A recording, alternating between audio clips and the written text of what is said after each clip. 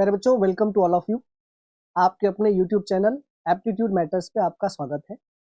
Success story में एक और स्टोरी हम आपके सामने लेके आए हैं 99 परसेंटाइल क्लब में। क्योंकि जो चीज़ें टीचर नहीं सिखा सकता, बता सकता, वो अक्सर सक्सेस स्टोरी से आप सीख सकते हो। जिन्होंने लक्ष्य की प्राप्ति की है या फिर जिन्होंने अचीव किया है, जब आप उनसे उनके जर्नी के बारे में जानोगे, उनके टिप्स के बारे में जानोगे, रूटीन क्या था, हैबिट क्या था, इंस्पिरेशन कहाँ से मिला, कैसे लाइफस्टाइल टैकल करना है, कैसे जॉब के साथ मैनेज करना है, ये सारी चीज़ें हम मिलिंद जॉन से जानने वाले हैं। मिलिंद हमारा स्टूडेंट है। मिलिंद जॉन ने 99 पॉइंट कितना 99.40 परसेंटाइल महाराष्ट्र MBA CT 2025 में अचीव किया है बच्चों। तो मिलिंद, कॉन्ग्रेचुलेशन इतने बड़े अचीवमेंट के लिए। ये एक बड़ा अचीवमेंट है। जनरली इसके लिए बहुत ज़्यादा हार्डवर्क, बहुत ज़्यादा कमिटमेंट, एक अच्छा रूटीन, ये सब मैटर करता है ये सब अचीव करने के लिए। तो ये जानना चाहेंगे कि जब आप ये पहले से प्लान करके चल रहे थे कि सर ये 99 परसेंटाइल मुझे चाहिए या फिर अच्छा स्कोर चाहिए, इसके लिए जो इंस्पिरेशन है, क्योंकि कोई भी बड़ा लक्ष्य hard work, proper routine, proper work life balance या फिर अच्छे डाइट, अच्छे हैबिट के बिना पाना मुश्किल है। ये सब मिला जुला के कहीं ना कहीं से आपको इंस्पिरेशन मिलता रहा होगा कि यार ये मुझे अचीव करना है। तो मैं जानना चाहूंगा कि आपको कहाँ से इंस्पिरेशन मिला कि आपने इतना हार्ड वर्क किया और ये अचीव किया। जी। तो ये आइडिया तो मुझे पहले था ही नहीं।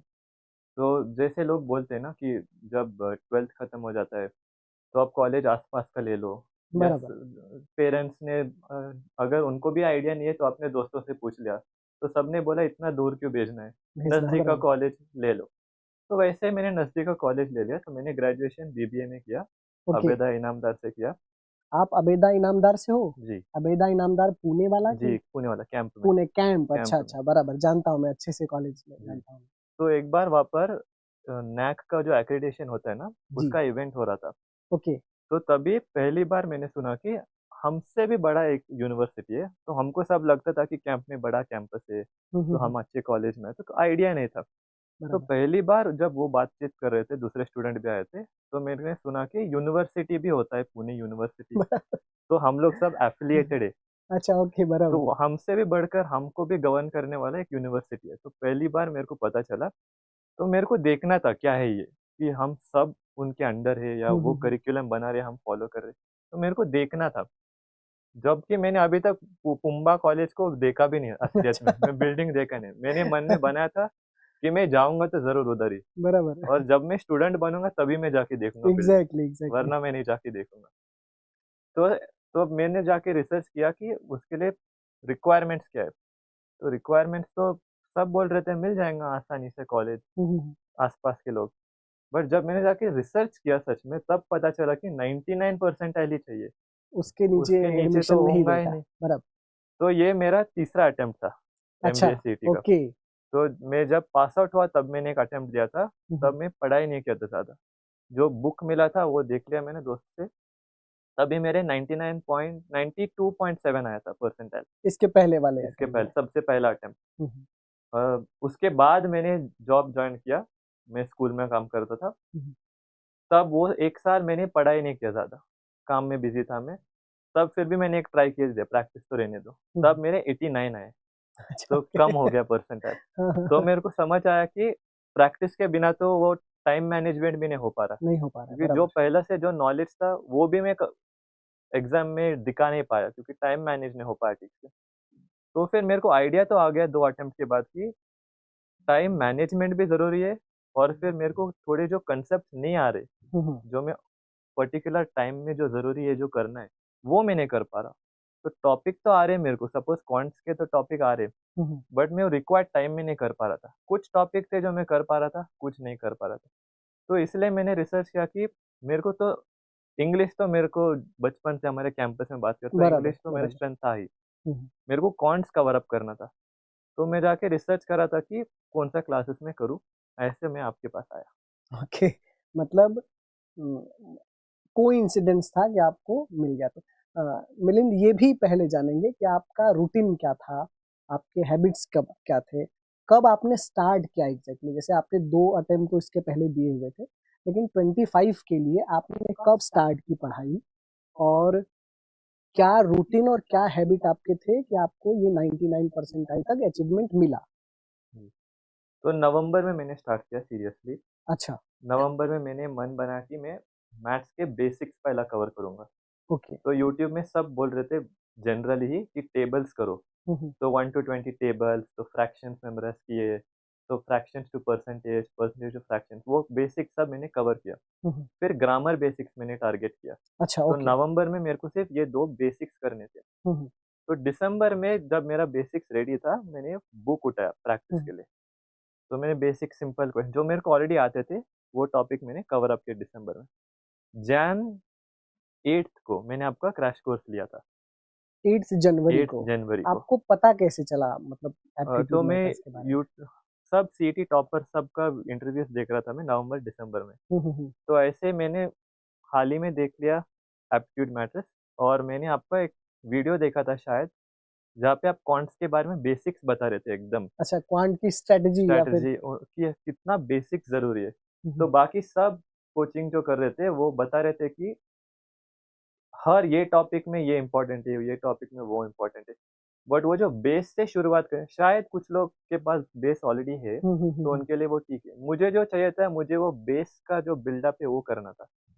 तो मेरे को सबसे बढ़िया बात जो लगी, वो जो बेस बनाते हो मैथ्स के लिए, हुँ, हुँ, हुँ, हुँ। और जो डायग्रामेटिकली आप एक्सप्लेन करते हो, वो तो सबसे बेस्ट है। ओके, तो पहला वीडियो आपने चैनल पे कौन सा देखा था हमारे? वो क्वांट का ही वीडियो? क्वांट का स्ट्रैटेजी वाला था। ओके। 8th जैन को आपने ज्वाइन किया, तो 8th जैन से अप्रैल में अगर एग्जाम हुआ तो फरवरी मार्च, मतलब हार्डली आपको 3 महीने मिले प्रिपरेशन के लिए।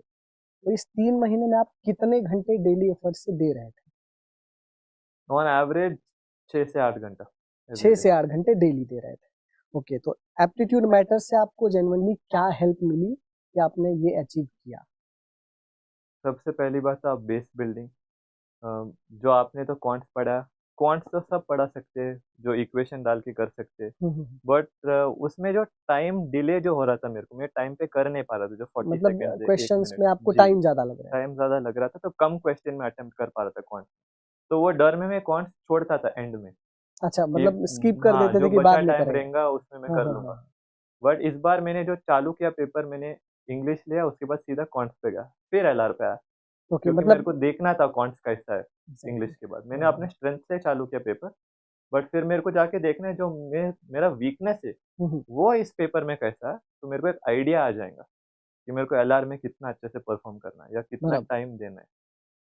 मतलब बेसिकली जो बाकी बच्चों का क्वांट को लेके डर रहता है या फिर जो प्रॉब्लम रहती है कि यार टाइम कंज्यूमिंग लग रहा है, स्टेप्स ज़्यादा लिखने पड़ रहे हैं, उसको आपने पहचाना और उसको ठीक किया। तो मतलब हुआ ऐसा हमारे चैनल से कि अब क्वेश्चन आपके 30 सेकंड में, 12 सेकंड में, 15 सेकंड में जी, जी, सॉल्व हो रहे हैं, बिल्कुल। ऐसा हुआ? ऑलमोस्ट सब ये सारे के सारे सारे। क्वेश्चन। ओके, तो तीनों टीचर से आपने पढ़ा है, तो आपके हिसाब से बेस्ट कौन है? कौन सबसे अच्छा पढ़ा रहा है? अभी बेस्ट 2 कैटेगरी में डालूँगा मैं। अच्छा, तो एक तो वेटेज हाँ, के हिसाब से तो आकाश सर का आकाश सबसे बड़ा सर। वेटेज हो गया। तो प्रैक्टिस के टाइम भी मैंने सबसे ज़्यादा टाइम उन्हीं को दिया था, हुँ, हुँ, हुँ। क्योंकि मेरे को जो एलआर टॉपिक सिलोजिज़्म, जैसे सिलोजिज़्म आपने भी पढ़ा है, हुँ, हुँ, हुँ। बहुत बढ़िया पढ़ा है आपने, मज़ा आ गया। ऐसा सिलोजिज़्म मैंने पहले 2 अटेम्प्ट में देखा ही नहीं। मतलब बाकी लोग विदाउट डायग्राम, हाँ, मैं सब मतलब पहले विदाउट से डायग्राम कोई नहीं पढ़ा रहा था, बाकी कोई लोग नहीं। विथ डायग्राम पढ़ा रहे थे। जी, वे सब डायग्राम के साथ ही। तो विदाउट डायग्राम बहुत टाइम बच गया। हुँ, हुँ, हुँ। तो आकाश सर को शायद मैंने सबसे ज़्यादा प्रैक्टिस उन्हीं का किया था। फिर क्वांट, फिर इंग्लिश में रात को लेता सबसे लास्ट अच्छा, में, एकदम लास्ट में। सोने से पहले। हुँ, हुँ। हर दिन 2 आरसी पढ़ता था मैं, 2 या 3 आरसी और पैराजंपर। और ग्रामर में सुबह करता था। एकदम सुबह स्टार्टिंग सुबह, विद द हाँ। डे, सुबह grammar. Grammar and speed maths okay, used to ये बी द सुबह आप स्टार्ट कर ऑफ द लेते हैं। डे। जो स्ट्रैटेजी बता रहे हैं हम हर सब्जेक्ट में, क्योंकि टीम एफर्ट्स भी लेती है अच्छा खासा, और मेरे ही गाइडेंस में सारी चीज़ें चलती हैं कि क्या करवाना है, कितना बच्चों को पढ़ाना है, कितने प्रैक्टिस देने हैं। आपको लगता है कि जो स्ट्रैटेजी हम बता रहे थे, वो एग्ज़ाम के हिसाब से बिल्कुल सही थे या फिर एग्ज़ाम ओरिएंटेड थे, आपको ऐसा लगा एग्ज़ाम देके? जी, जी, बिल्कुल।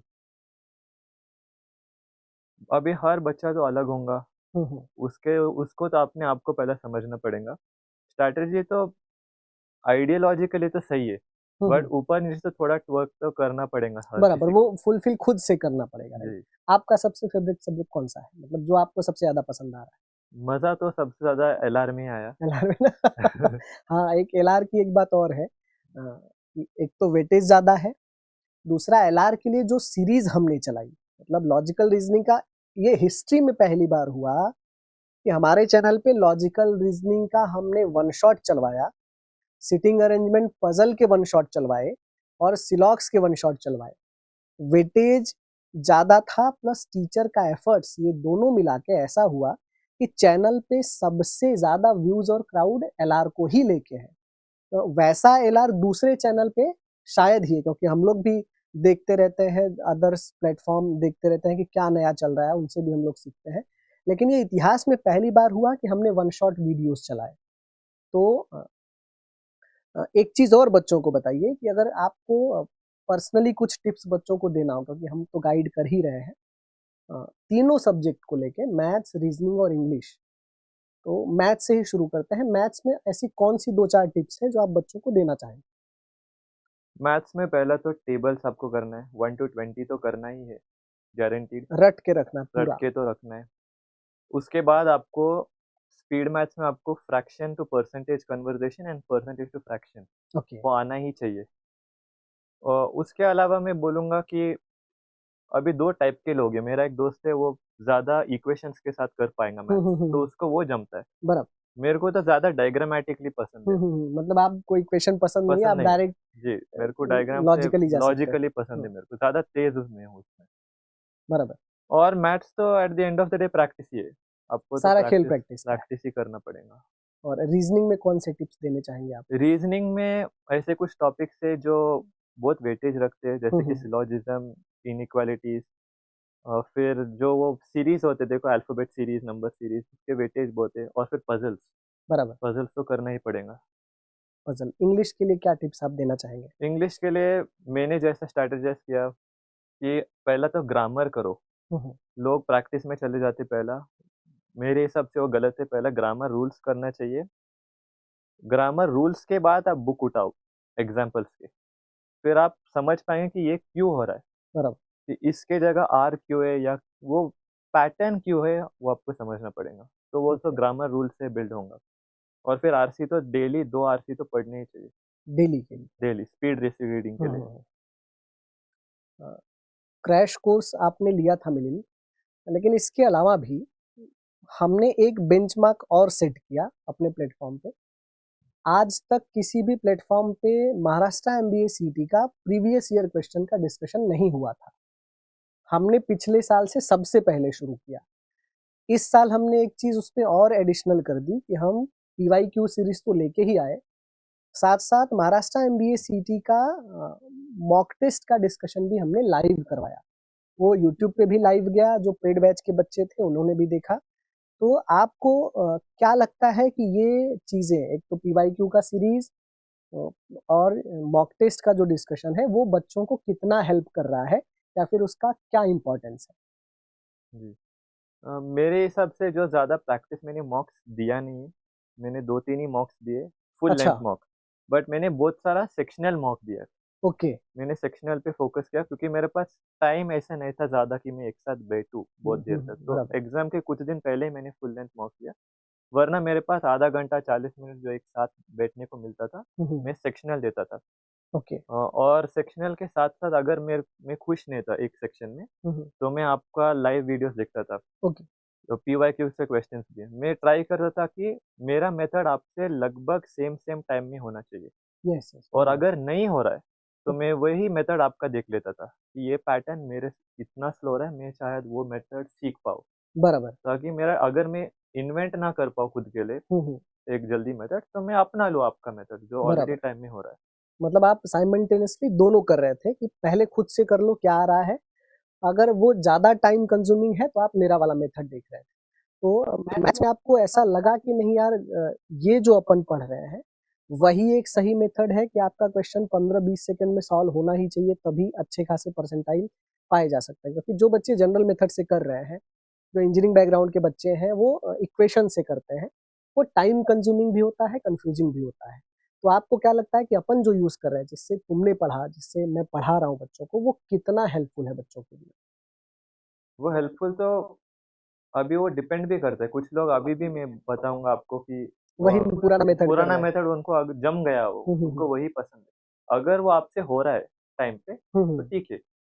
लेकिन ऐसे कुछ लोग हैं, आई थिंक मेजॉरिटी लोग को वो टाइम पे नहीं होगा। नहीं हो पाता, ये तो सच्चाई द है, diagram method according to me is the best, सबसे बेस्ट है। सबसे बेस्ट। हाँ, ये नहीं, ये सच्चाई भी इसमें देखिए बच्चों आपको डिफरेंशिएट करना पड़ेगा।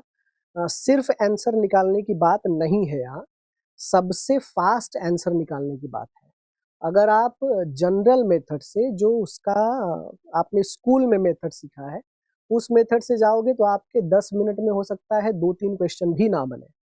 लेकिन आप लॉजिकल मेथड और हम जो मेथड सीख रहे हैं वो करोगे तो 10 मिनट में 10 क्वेश्चन तो मिनिमम बनना ही है। अगर स्पीड अच्छी है तो 12 से 13 भी बन जाते हैं बहुत सारे बच्चों के। तो ये तो तय है कि वो पुराना मेथड आपको छोड़ना ही पड़ेगा, उसी में भलाई है, नहीं तो ज़्यादा क्वेश्चन आप बना नहीं पाओगे, राइट? अ अ, एक चीज़ और बताइए कि जैसे आप ऑनलाइन ही प्लेटफ़ॉर्म पे हमारे आए थे, तो अदर भी प्लेटफ़ॉर्म ऐसे हैं, बच्चा सारे प्लेटफ़ॉर्म देखते रहता है, हर प्लेटफ़ॉर्म पे कुछ न कुछ नई चीज़ें वो बताते रहते हैं। मिलिंद ये बताओ कि हमारे प्लेटफ़ॉर्म पे अदर प्लेटफ़ॉर्म से डिफ़रेंस क्या है या फिर अलग हम क्या कर रहे हैं, जो आपको सबसे पसंद आया हो? मेरे हिसाब से जो स्ट्रक्चर आपने बना के रखा है, जो आपने ऑलरेडी ऑर्डर में दिया है कि एलआर का भी टॉपिक जैसे आकाश सर ने स्टार्ट ही किया था, मेरे को याद है ऑर्डर एंड रैंकिंग से, यस। जो ऑलरेडी कॉन्फिडेंस बूस्ट कर देता है किसी जब कोई बच्चा नया जॉइन कर रहा है, हुँ, हुँ, वो हुँ। जो कॉन्फिडेंस बूस्ट कर रहा है। आपने भी जैसे मैथ्स में स्टार्ट किया, आपने बेसिक से स्टार्ट किया, यस, कैलकुलेशन आपने हमने। कैलकुलेशन पहला बिल्डअप किया। तो जब हम टॉपिक सीखते बाद में, हुँ, तो हुँ। अगर मेरे को कैलकुलेशन आएगा तो ही मैं आपके जितना तेज़ कर पाऊँगा। एग्ज़ैक्टली, तो सच्चाई वो है। गैप ब्रिज हो पाता है जब आप कैलकुलेशन पहले करते हैं। मतलब तो सारी चीज़ें इंटरकनेक्टेड है जी, तो एक-दूसरे मेरे से। को स्ट्रक्चर्ड मेरे लिए सबसे मेरा जो आइडियल स्ट्रक्चर में इमेजिन जो करता हूँ, हुँ, हुँ। वो आपने मेरे को दिखाया। तो इसलिए मैं अभी बोल पा रहा हूँ कि स्ट्रक्चर अच्छा है क्योंकि मैंने वो देख पाया। एग्ज़ैक्टली ये वरना हमें सच्चाई है पता ही बिल्कुल। नहीं है कि वो ब्रिज पहला कवर करना है। हुँ, मतलब जनरली पढ़ते वक़्त लगना नहीं चाहिए कि आप मैथ्स जैसा सब्जेक्ट पढ़ जी, रहे हो। वो एक बेसिक हिसाब-किताब जैसा लगना चाहिए कि यार कम है, ज़्यादा है, ठीक कर लिया हमने। और मैथ्स ऐसा ही सॉल्व होता है जनरली। आपको अंदर से फ़ील नहीं आना चाहिए कि नहीं आप मैथ्स बचपन वाला पढ़ रहे हो, फ़ॉर्मूलेज़ हैं, इक्वेशंस बन रहे हैं, क्योंकि उतना बर्डन और उतना टाइम भी नहीं है हमारे पास। तो मिलिंद, आप हमारे पॉडकास्ट पे आए और टाइम निकाल के हमसे मिलने आए। आपका बहुत-बहुत धन्यवाद। आपकी पूरी फैमिली आई, उसके लिए पूरा टीम थैंकफुल है। हमारी टीम की तरफ से आपको best of luck. Thank you so much. Thank you so much sir.